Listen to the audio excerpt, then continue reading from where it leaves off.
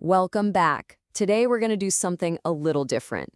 We're diving into a world where math functions aren't just squiggles on a page. They have personalities, they have rivalries. And yeah, we're going to frame this as a full-on battle of the functions. And our whole journey kicks off with this really strange, kind of poetic question from the source material. Sigmoid versus tangent. Who is winner or nothing else? I mean, how dramatic is that? It just perfectly sets the stage for a duel, a real showdown, and we're going to dig into exactly what that means. All right, so let's set the scene here. I want you to imagine for a second this universe that's populated entirely by functions, and each one has its own unique look, its own vibe, its own purpose. And right in the middle of this world, there's this legendary rivalry just bubbling up. Okay, so let's meet our cast, shall we? First up, we've got Sigmoid. The source describes Sigmoid as strategic and adaptable, with these kind of slender, wavy curves.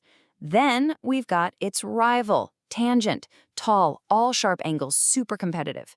And then there's cosine, kind of the wise, diplomatic, neutral party in all of this. See what I mean? These aren't just lines on a graph, they're literally characters on a stage. So, to really get what this fight is all about, we got to get to know our main contenders a little bit better. Let's really zoom in on what makes these two such perfect rivals. And boom, here it is, side by side. The contrast couldn't be clearer, right? You've got Sigmoid with its smooth, wavy curves, and then Tangent, which is all about these tall, sharp angles. And this isn't just about looks, you know. It gets right to the heart of their mathematical nature. Sigmoid's personality? The adaptable strategist. Tangent? The impulsive, fiery competitor. It's that classic matchup, isn't it? Careful planning versus just raw power. So let's talk about Sigmoid for a sec. Strategic and adaptable. That's a perfect way to put it.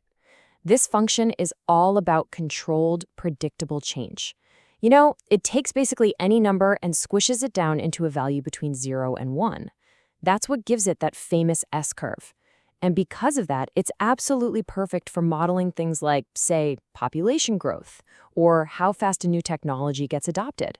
You know, things that start slow, speed up, and then level off nice and smoothly. And then you've got Tangent, impulsive and competitive. Oh yeah, that fits. Unlike Sigmoid's nice, contained curve, Tangent just goes for it. It shoots off towards infinity, disappears, and then pops back up again. Those are its asymptotes, these points where it's literally off the charts. And that kind of behavior, it's perfect for representing something sudden, something dramatic. Think a system failure, a market crash, a real point of no return. It's all about sharp, explosive action. So there you have it, our two opponents with totally different styles. Which of course brings us right back to that big question from the beginning. If these two went head-to-head, who actually wins? And this really puts it all into focus, doesn't it? Who's your money on?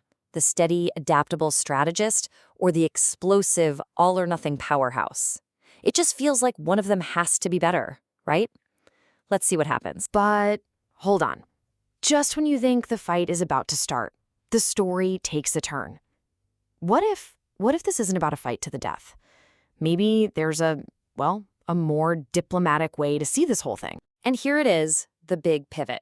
The whole idea is that framing this as a simple contest of who wins might actually be missing the entire point. It's asking us to challenge that first instinct we had, that one has to be better than the other. This is where our third character makes a comeback. Remember cosine, the wise and diplomatic one? Well, it's not stepping into the ring to fight. It's stepping in to offer a totally different perspective.